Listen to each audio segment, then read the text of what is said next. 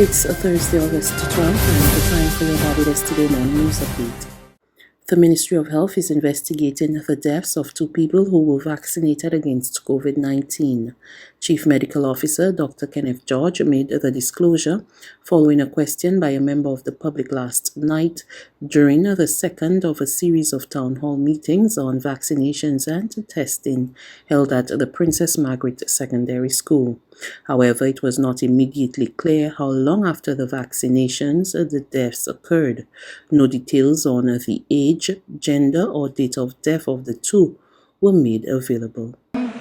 What I will tell you, we are investigating 1 or 2 deaths. It is a process that is going on. We have to gather the evidence. Not because a person has had a bad outcome following a vaccination. There is a process that we have to follow.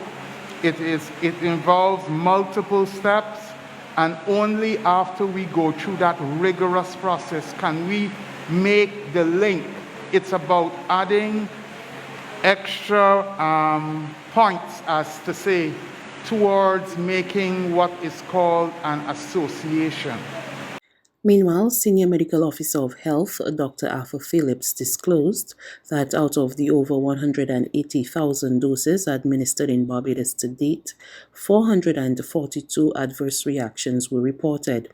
He said out of those, 3 were seen as being moderate to severe and potentially being connected to the vaccine. Superintendent of Prisons, Lieutenant Colonel John Nurse, says there is no lockdown or COVID-19 outbreak at HMP Dodds. However, he disclosed that prison authorities reactivated the institution's health protocols on Tuesday as a precautionary measure after 10 inmates complained of feeling unwell with flu-like symptoms. Emmanuel Joseph has more. While prison boss John Nurse said there was no new COVID-19 outbreak or lockdown, the No. 2 Supreme Court was informed Wednesday that 2 prisoners could not attend their scheduled hearing due to an outbreak in the Dodds St. Philip prison. Senior Crown Counsel Oliver Thomas told Justice Randall Worrell he had been informed by prison authorities that there was in fact an outbreak of some nature at that penal institution and no prisoners could leave for the foreseeable future. Meanwhile, John Nurse made it clear he was willing to test everybody in the prison if necessary. We're going to do our due diligence. So if we have to test every single body in a building or who worked or whatever, we're going to do all of that. Because as I say, we don't want another January, yeah? No, but there is no outbreak. People have expressed that they're feeling a certain way. First, they want to make sure that you are negative, then we can look at other things, yeah? The prison head said that the inmates had to be excluded from attending their scheduled hearings in the law courts as a precautionary measure, even though their first tests, which were conducted Tuesday, came back negative. If we've got 5, 6, or even 7 people who are being tested, they're held. You can't move them until the second test. Now, all of the first tests so far have come back negative, but that doesn't mean anything until the second test has come back. And I'm Emmanuel Joseph for Barbados Today. Barbados to receive its first shipment of the Pfizer COVID-19 vaccine on Friday, when a shipment of 70,200 doses from the United States arrives on island. The doses amount a total of 837,000, which the United States government announced on Wednesday will be sent to Caribbean countries. Specialized syringes required for administering the Pfizer vaccine have also been donated. Acting Prime Minister Santia Bradshaw is expected to be at the Grantley Adams International Airport to accept the shipment. Chief Executive Officer of the Barbados Agricultural Society, James Paul, says livestock farmers are moving to cut costs to help counter the impact of a near 20% hike in animal feed.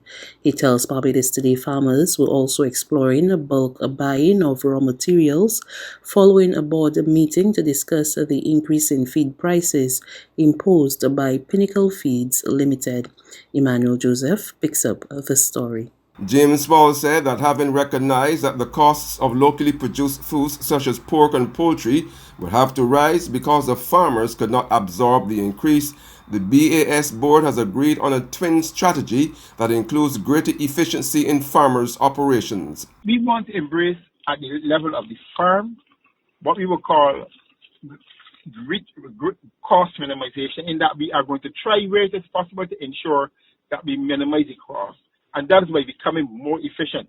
Because one of the things that we are trying to do is that we are trying to improve, for instance, feed conversion ratios on the farm. So that, for instance, what we're going to do is going to be more efficient in the use of feed, but in the meantime, too, we are also trying to ensure that we are producing a good product still, a quality product, still what we will consider to be a reasonable price. It's not in every way you can shield it, but we're going to look at every aspect of the operation of the farm to see how we can improve to try to keep down costs, because once we can keep down costs, we can then now be able to be more competitive and be still able to offer a reasonably competitive price to farmers too at the same time. A second strategy revealed by the BAS boss calls for a cooperative style approach to buying raw materials. One of the things that we are going to look to see, how can we get farmers to operate as a collective in terms of the sourcing of inputs on their farm. So for instance, if through bulk purchasing of inputs, we can get a cheaper price for a commodity, it is in areas like those that we'll be trying to get farmers to work together. And of course, the BS will be leading in terms of trying to ensure that we can secure products for farmers at inputs for farmers at more affordable prices. James Paul said that it was still too early to determine the level of the pending price increases to consumers because farmers now have to examine their operations and appraise the type of price impact on their operational costs. Emmanuel Joseph for Barbados Today. There's regional and international news after this short break.